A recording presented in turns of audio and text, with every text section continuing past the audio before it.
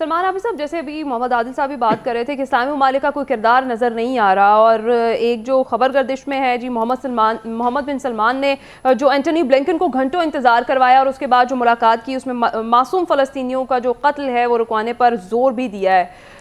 अमरीकी मीडिया ये रिपोर्ट कर रहा है, क्या सिर्फ ऐसा कर देना ही काफ़ी है ऐसी सारी सूरत हाल में, या जंग बंदी के लिए कुछ और भी अमलन जो है वो करना चाहिए इस्लामी ममालिक को? देखिए, आज की दुनिया की जो सियासत है वो ताकत की हुक्मरानी के गिर्द घूम रही है, और ताकत की बुनियाद के ऊपर अपना नज़रिया, अपनी सोच, अपनी फ़िक्र जो है वो कमज़ोर लोगों के ऊपर मुसल्लत की जाती है। इस वक्त अगर आप वर्ल्ड पॉलिटिक्स को देखें तो ये तज़ादात जो है बड़े नुमाया तौर पे नज़र आते हैं कि ताकतवर ममालिक हों, ताकतवर इदारे हों, वो किसके साथ खड़े होते हैं, कमज़ोर के साथ खड़े होते हैं या जालिम के साथ खड़े होते हैं।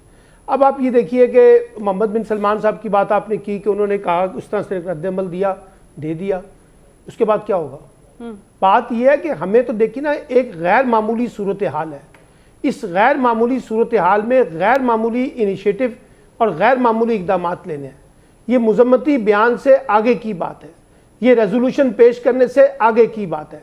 अगर अमली तौर पे आप कुछ कर सकते हैं, जो अभी आदिल साहब कह रहे थे कि जी इमीडिएटली जंग बंदी होनी चाहिए ना, तो वो इनिशिएटिव किधर है जो जंग बंदी को इंश्योर कर सकें? वो इनिशिएटिव कहाँ है जिसकी बुनियाद के ऊपर इसराइल को लगाम दी जा सके?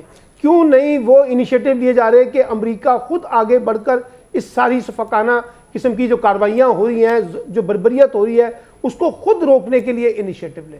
क्यों नहीं बड़ी ताकतें उसके अंदर सरगर्म हो रही हैं?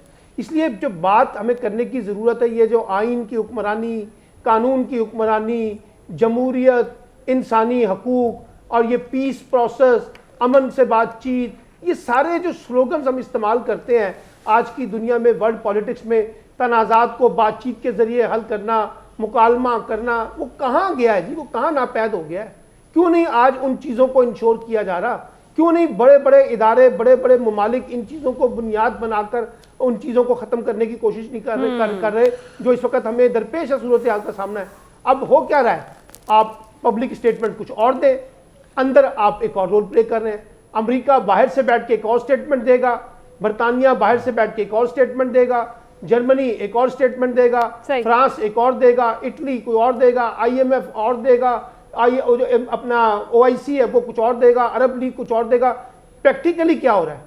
प्रैक्टिकली ये हो रहा है कि हमने उनको बेयारो मददगार छोड़ दिया है, और हमने ये अपने जिसे कहते हैं मुज़म्मती बयानात के जरिए जख्म पे मरहम लगाने की कोशिश कर रहे हैं। इससे मदावा तो नहीं होगा।